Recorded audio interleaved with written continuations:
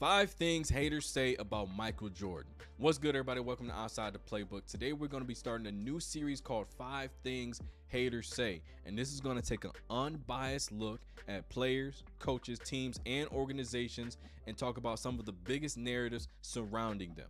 Give this video a like, subscribe to the channel. That's one more for the good guys. I just want to say from the bottom of my heart, I'd like to take this chance to apologize to absolutely nobody.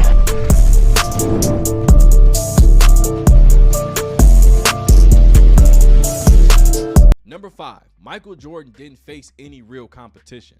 To that point, I say Shaquille O'Neal, Penny Hardaway, Gary Payton and Sean Kemp, Patrick Ewing and the Knicks, Charles Barkley and the Suns, Stockton and Malone winning an MVP, leading his team to back-to-back trips to the NBA Finals and back-to-back 60-win seasons. You have the Detroit Pistons, the Bad Boy Pistons featuring a Hall of Fame backcourt, Isaiah Thomas, Joe Dumars, both of those players splitting 2 NBA Finals MVP awards.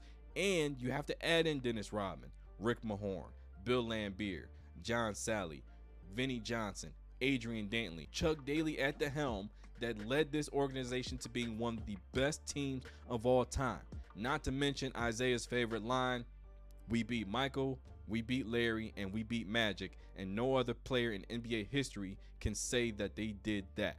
And then also you have to have the Boston Celtics in there, featuring 5 Hall of Famers: Larry Bird, Kevin McHale, Robert Parrish, Dennis Johnson, Bill Walton, and add in Danny Ainge averaging between 12 to 15 points a night. This was the greatest team in NBA history up until 1995-96 when the Chicago Bulls went 72-10 and put a ring on that thing.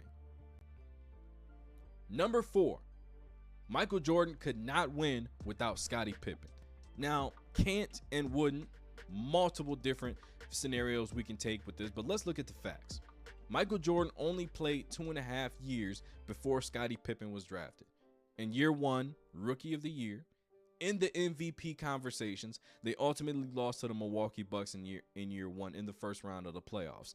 Year 2, you miss 64 games with a broken foot, you play 18, you start 7, and the organization is doing everything in their power to tank. They want to lose games. They are threatening to fire the coach if they play you more than a certain amount of minutes each and every night, because they want to do so poorly so they can get as many high-level draft picks to pair you up with a superstar. Your focus is winning basketball games. You drag that team to the playoffs. You face the Boston Celtics. You put up 43 points, 6.3 rebounds, 5.7 assists on 50, 187 splits after missing 64 games versus the best team in the league and ultimately one of the best teams we have ever seen. Can't and wouldn't are 2 different things. In year 3, they traded or let go of the next 4 leading scorers after Michael Jordan so that they can tank and have the ability to have a high-level draft pick. Michael Jordan responds with 37, 5, 4, 3 steals, 1.5 blocks, another year in the MVP discussions, and they ultimately make the playoffs once again. Number 3, he wouldn't be great in today's NBA. This is a very flawed logic because it always circles back to he can't shoot threes. No, he didn't want to shoot threes. He didn't like shooting threes, and he never practiced shooting threes because he felt it took away from the rest of his game. If he's seen the way the game is played now, yes, I'm sure he would work on them, but he would still dominate from the free throw line down like he did his entire career. He is more athletic than a lot of players in today's game. Has a vertical of around 45 to 48 inches, and as a freshman at UNC, he posted a 4.3 40-yard dash.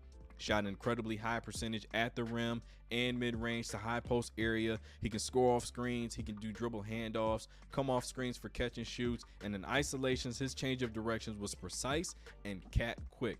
No matter what, under any circumstance, do you think you should be jumping with Michael Jeffrey Jordan when he gets to that launching pad? If you're not familiar with them, go back, look at the Bad Boys, and check out the Jordan rules. Number 2, MJ was only great in the triangle offense.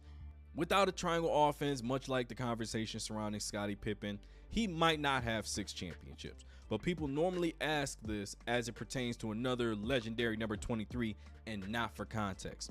The offense was implemented to ensure that MJ's greatness did not turn his teammates into spectators, but it made sure everyone had a part in the offense with a specific goal in mind. Let the most unstoppable player in the world do what he does best. And, you know, for a selfish, trigger-happy, me-before-we player to average 5 assists per game along with 30 points per game on 50% field goal percentage, that might contradict that poor assessment. And number 1, Michael Jordan is not the GOAT. Says who? I